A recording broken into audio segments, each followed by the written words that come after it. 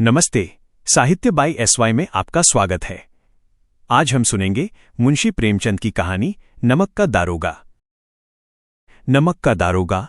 जब नमक का नया विभाग बना और ईश्वर प्रदत्त वस्तु के व्यवहार करने का निषेध हो गया तो लोग चोरी छिपे इसका व्यापार करने लगे। अनेक प्रकार के छल प्रपंचों का सूत्रपात हुआ। कोई घूस से काम निकालता था, कोई चालाकी से। अधिकारियों के पौबारह थे।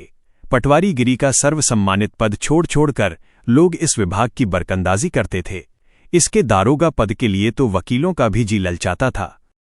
ये वो समय था जब अंग्रेजी शिक्षा और ईसाई मत को लोग एक ही वस्तु समझते थे। फारसी का प्राबल्य था। प्रेम की कथाएं और श्रृंगार रस के काव्य पढ़कर फारसीदा लोग सर्वोच्च पदों पर नियुक्त हो जाया करते थे।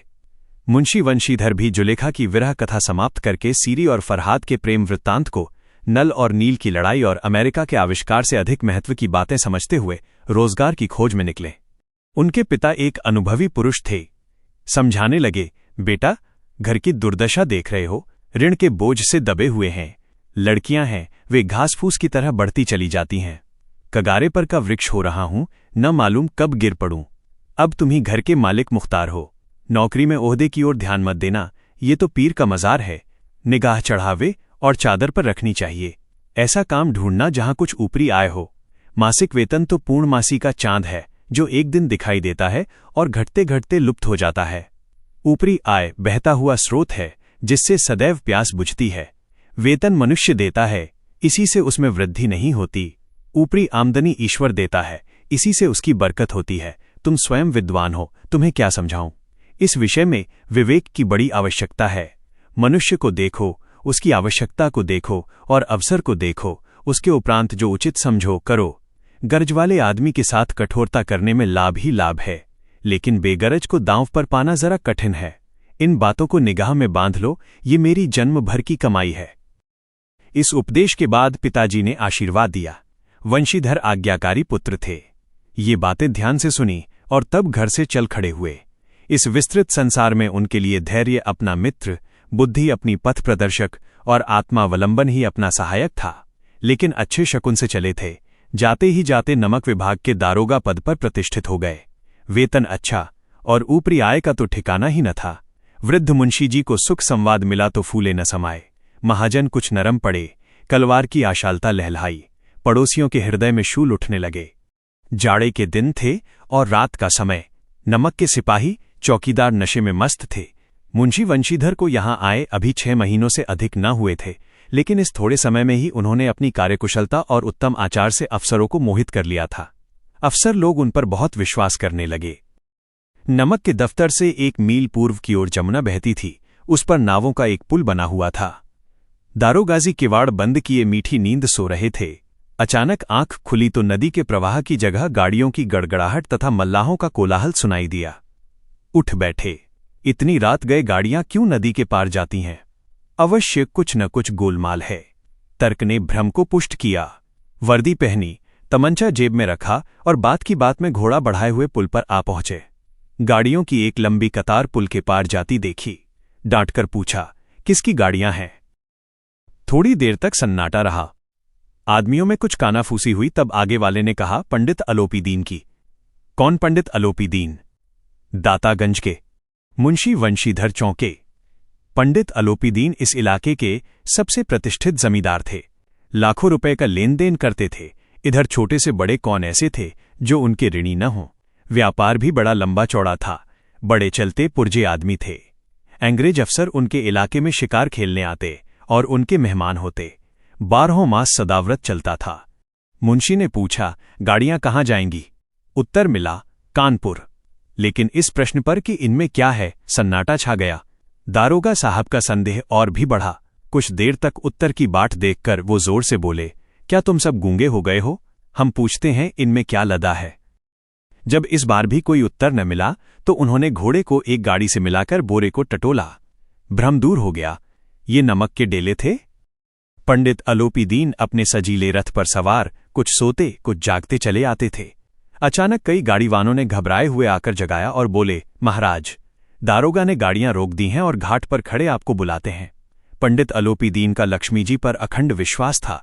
वो कहा करते थे कि संसार का तो कहना ही क्या, स्वर्ग में भी लक्ष्मी का ही राज्य है। उनका यह कहना यथार्थ ही था। न्याय और नीति सब लक्ष्मी के ही खिलौने हैं, इन्हें वो जैसे चाहती हैं नचाती हैं। लेटे ही लेटे गर्व से बोले, चलो हम आते हैं। ये कहकर पंडित जी ने बड़ी निश्चितता से पान के बीड़े लगाकर खाए। फिर लिहाफ ओढ़े हुए दारोगा के पास आकर बोले, बाबूजी आशीर्वाद, कहिए हमसे ऐसा कौन सा अपराध हुआ कि गाड़ियां रोक दी गईं? हम ब्राह्मणों पर तो आपकी कृपा दृष्टि रहनी चाहिए। वंशीधर रुखाई से बोले, सरकारी हुक्म। पंग अलोपीदीन ने हंसकर कहा, हम सरकारी हुक्म को नहीं जानते और न सरकार को। हमारे सरकार तो आप ही हैं। हमारा और आपका तो घर का मामला है, हम कभी आपसे बाहर हो सकते हैं। आपने व्यर्थ का कष्ट उठाया, ये हो नहीं सकता कि इधर से जाएं और इस घाट के देवता को भेंट न चढ़ावें। मैं तो आपकी सेवा में स्वयं ही आ रहा था। वंशीधर पर ऐश्वर्य की मोहिनी वंशी का कुछ प्रभाव न पड़ा। ईमानदारी की नई उमंग थी। कड़क कर बोले, हम उन नमक हरामों में नहीं हैं जो कौड़ियों पर अपना ईमान बेचते फिरते हैं। आप इस समय हिरासत में हैं, आपका कायदे के अनुसार चालान होगा। बस मुझे अधिक बातों की फुर्सत नहीं है। जमादार बदलू सिंह, तुम इन्हें हिरासत में ले चलो, मैं हुक्म देता हूं। पम अलोपीदीन स्तंभित हो गए। गाड़ी वानों में हलचल मच गई। पंडित जी के जीवन में कदाचित ये पहला ही अवसर था कि पंडित जी को ऐसी कठोर बातें सुननी पड़ी। बदलू सिंह आगे बढ़ा, किंतु रोब के मारे ये साहस न हुआ कि उनका हाथ पकड़ सके। पंडित जी ने धर्म को धन का ऐसा निरादर करते कभी न देखा था। विचार किया कि ये अभी उद्दंड लड़का है, माया मोह के जाल में अभी नहीं पड़ा, अल्हड़ है, झिझकता है। बहुत दीन भाव से बोले, बाबू साहब ऐसा न कीजिए, हम मिट जाएंगे, इज्जत धूल में मिल जाएगी। हमारा अपमान करने से आपके हाथ क्या आएगा? हम किसी तरह आपसे बाहर थोड़े ही हैं। वंशीधर ने कठोर स्वर में कहा, हम ऐसी बातें नहीं सुनना चाहते। अलोपीदीन ने जिस सहारे को चट्टान समझ रखा था वो पैरों के नीचे खिसकता हुआ मालूम हुआ। स्वाभिमान और धन ऐश्वर्य की कड़ी चोट लगी, किंतु अभी तक धन की सांख्यिक शक्ति का पूरा भरोसा था। अपने मुख्तार से बोले, लाला जी 1000 के नोट बाबू साहब की भेंट करो, आप इस समय भूखे सिंह हो रहे हैं। वंशीधर ने गरम होकर कहा, 1000 नहीं, 1,00,000 भी मुझे सच्चे मार्ग से नहीं हटा सकते। धर्म की इस बुद्धिहीन दृढ़ता और देव दुर्लभ त्याग पर मन बहुत झुंझलाया। अब दोनों शक्तियों में संग्राम होने लगा। धन ने उछल उछल कर आक्रमण करने शुरू किए। 1 से 5, 5 से 10, 10 से 15 और 15 से 20,000 तक नौबत पहुंची, किंतु धर्म अलौकिक वीरता के साथ बहुसंख्यक सेना के सम्मुख अकेला पर्वत की भांति अटल अविचलित खड़ा था। अलोपीदीन निराश होकर बोले, अब इससे अधिक मेरा साहस नहीं, आगे आपको अधिकार है। वंशीधर ने अपने जमादार को ललकारा। बदलू सिंह मन में दारोगाजी को गालियां देता हुआ पंडित अलोपीदीन की ओर बढ़ा। पंडित जी घबराकर 2-3 कदम पीछे हट गए। अत्यंत दीनता से बोले, बाबू साहब ईश्वर के लिए मुझ पर दया कीजिए, मैं 25,000 पर निपटारा करने को तैयार हूं। असंभव बात है। 30,000 पर? किसी तरह भी संभव नहीं। क्या 40,000 पर भी नहीं? 40,000 नहीं, 40 लाख पर भी असंभव है। बदलू सिंह, इस आदमी को हिरासत में ले लो, अब मैं एक शब्द भी नहीं सुनना चाहता। धर्म ने धन को पैरों तले कुचल डाला। अलोपीदीन ने एक हृष्ट पुष्ट मनुष्य को हथकड़ियां लिए हुए अपनी तरफ आते देखा। चारों ओर निराश और कातर दृष्टि से देखने लगे। इसके बाद मूर्छित होकर गिर पड़े। दुनिया सोती थी पर दुनिया की जीभ जागती थी। सवेरे देखिए तो बालक वृद्ध सबके मुंह से यही बात सुनाई देती थी। जिसे देखिए वही पंडित जी के इस व्यवहार पर टीका टिप्पणी कर रहा था। निंदा की बौछारें हो रही थीं, मानो संसार से अब पापी का पाप कट गया। पानी को दूध के नाम से बेचने वाला ग्वाला, कल्पित रोजनामचे भरने वाले अधिकारी वर्ग, रेल में बिना टिकट सफर करने वाले बाबू लोग, जाली दस्तावेज बनाने वाले सेठ और साकार, यह सब के सब देवताओं की भांति गर्दनें चला रहे थे। जब दूसरे दिन पंडित अलोपीदीन अभियुक्त होकर कांस्टेबलों के साथ, हाथों में हथकड़ियों, हृदय में ग्लानि और शोभ भरे, लज्जा से गर्दन झुकाए अदालत की तरफ चले तो सारे शहर में हलचल मच गई। मेलों में कदाचित आंखें इतनी व्यग्र न होती होंगी। भीड़ के मारे छत और दीवार में कोई भेद न रहा, किंतु अदालत में पहुंचने की देर थी। पम अलोपीदीन इस अगाध वन के सिंह थे। अधिकारी वर्ग उनके भक्त, अमले उनके सेवक, वकील मुख्तार उनके आज्ञा पालक और अर्दली चपरासी तथा चौकीदार तो उनके बिना मोल के गुलाम थे। उन्हें देखते ही लोग चारों तरफ से दौड़े। सभी लोग विस्मित हो रहे थे, इसलिए नहीं कि अलोपीदीन ने ये कर्म किया, बल्कि इसलिए कि वो कानून के पंजे में कैसे आए। ऐसा मनुष्य जिसके पास असाध्य साधन करने वाला धन और अनन्य वाचालता हो, वो क्यों कानून के पंजे में आए? प्रत्येक मनुष्य उनसे सहानुभूति प्रकट करता था। बड़ी तत्परता से इस आक्रमण को रोकने के निमित्त वकीलों की एक सेना तैयार की गई। न्याय के मैदान में धर्म और धन में युद्ध ठन गया। वंशीधर चुपचाप खड़े थे। उनके पास सत्य के सिवा न कोई बल था, न स्पष्ट भाषण के अतिरिक्त कोई शस्त्र। गवाह थे, किंतु लोभ से डांवाडोल। यहां तक कि मुंशीजी को न्याय भी अपनी ओर कुछ खिंचा हुआ दिख पड़ता था। वो न्याय का दरबार था, परंतु उसके कर्मचारियों पर पक्षपात का नशा छाया हुआ था। किंतु पक्षपात और न्याय का क्या मेल? जहां पक्षपात हो वहां न्याय की कल्पना नहीं की जा सकती। मुकदमा शीघ्र ही समाप्त हो गया। डिप्टी मजिस्ट्रेट ने अपनी तजवीज में लिखा, पम अलोपीदीन के विरुद्ध दिए गए प्रमाण निर्मूल और भ्रमात्मक हैं। वो एक बड़े भारी आदमी हैं। ये बात कल्पना के बाहर है कि उन्होंने थोड़े लाभ के लिए ऐसा दुस्साहस किया हो। यद्यपि नमक के दारोगा मुंशी वंशीधर का अधिक दोष नहीं है, लेकिन ये बड़े खेद की बात है कि उसकी उद्दंडता और विचारहीनता के कारण एक भले मानुस को कष्ट झेलना पड़ा। हम प्रसन्न हैं कि वो अपने काम में सजग और सचेत रहता है, किंतु नमक के मुकदमे की बढ़ी हुई नमक से हलाली ने उसके विवेक और बुद्धि को भ्रष्ट कर दिया। भविष्य में उसे होशियार रहना चाहिए। वकीलों ने ये फैसला सुना और उछल पड़े। पम अलोपीदीन मुस्कुराते हुए बाहर निकले। स्वजन बांधवों ने रुपए की लूट की। उदारता का सागर उमड़ पड़ा। उसकी लहरों ने अदालत की नींव तक हिला दी। जब वंशीधर बाहर निकले तो चारों ओर उनके ऊपर व्यंग्य बाणों की वर्षा होने लगी। चपरासियों ने झुक झुककर सलाम किए, किंतु इस समय एक कटु वाक्य, एक एक संकेत उनकी गर्वाग्नि को प्रज्वलित कर रहा था।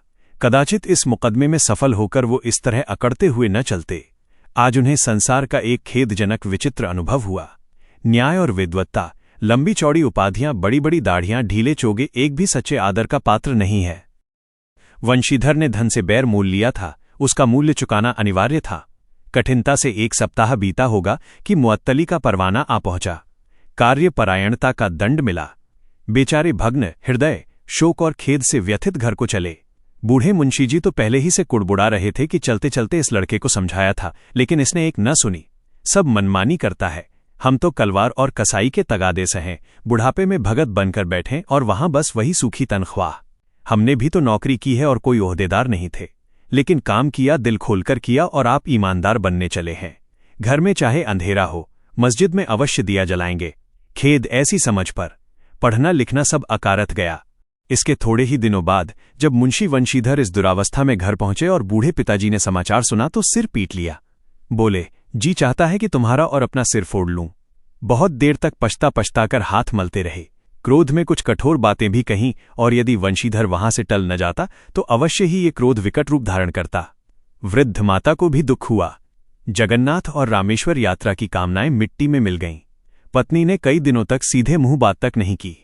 इसी प्रकार एक सप्ताह बीत गया। सांध्य का समय था। बूढ़े मुंशीजी बैठे बैठे राम नाम की माला जप रहे थे। इसी समय उनके द्वार पर सजा हुआ रथ आकर रुका। हरे और गुलाबी पर्दे, पछहिए बैलों की जोड़ी, उनकी गर्दन में नीले धागे, सींग पीतल से जड़े हुए। कई नौकर लाठियां कंधों पर रखे साथ थे। मुंशीजी अगवानी को दौड़े देखा तो पंडित अलोपीदीन है। झुककर दंडवत की और लल्लो चप्पो की बातें करने लगे। हमारा भाग्य उदय हुआ जो आपके चरण इस द्वार पर आए। आप हमारे पूज्य देवता हैं, आपको कौन सा मुंह दिखावें, मुंह में तो कालिख लगी हुई है। किंतु क्या करें, लड़का अभागा कपूत है, नहीं तो आपसे क्या मुंह छिपाना पड़ता। ईश्वर निस्संतान चाहे रखे पर ऐसी संतान न दे। अलोपीदीन ने कहा, नहीं भाई साहब, ऐसा न कहिए। मुंशीजी ने चकित होकर कहा, ऐसी संतान को और क्या कहें।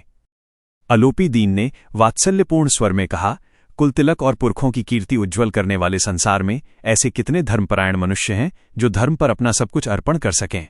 पं अलोपीदीन ने वंशीधर से कहा, दारोगाजी, इसे खुशामद न समझिए। खुशामद करने के लिए मुझे इतना कष्ट उठाने की जरूरत न थी। उस रात को आपने अपने अधिकार बल से अपनी हिरासत में लिया था, किंतु आज स्वेच्छा से आपकी हिरासत में आया हूं। मैंने हजारों रईस और अमीर देखे, हजारों उच्च पदाधिकारियों से काम पड़ा, किंतु परास्त किया तो आपने। मैंने सबको अपना और अपने धन का गुलाम बनाकर छोड़ दिया। मुझे आज्ञा दीजिए कि आपसे कुछ विनय करूं। वंशीधर ने अलोपीदीन को आते देखा तो उठकर सत्कार किया, किंतु स्वाभिमान सहित। समझ गए कि ये महाशय मुझे लज्जित करने और जलाने आए हैं। क्षमा प्रार्थना की चेष्टा नहीं की, वरन उन्हें अपने पिता की ये ठकुर सुहाती की बात असह्य सी प्रतीत हुई। पर पंडित जी की बातें सुनी तो मन की मैल मिट गई। पंडित जी की ओर उड़ती हुई दृष्टि से देखा, सद्भाव झलक रहा था। गर्व ने अब लज्जा के सामने सिर झुका दिया। शर्माते हुए बोले, ये आपकी उदारता है जो ऐसा कहते हैं। मुझसे जो कुछ अविनय हुई है उसे क्षमा कीजिए।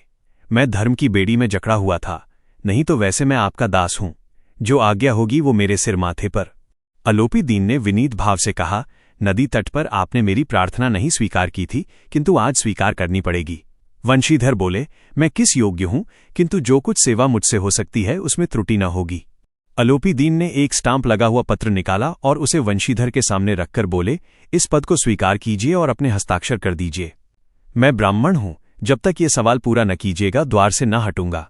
मुंशी वंशीधर ने उस कागज को पढ़ा तो कृतज्ञता से आंखों में आंसू भर आए।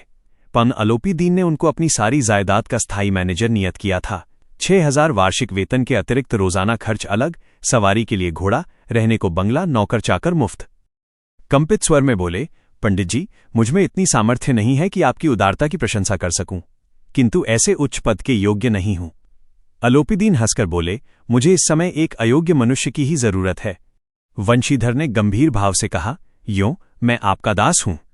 आप जैसे कीर्तिवान सज्जन पुरुष की सेवा करना मेरे लिए सौभाग्य की बात है, किंतु मुझमें न विद्या है, न बुद्धि, न वह स्वभाव जो इन त्रुटियों की पूर्ति कर देता है।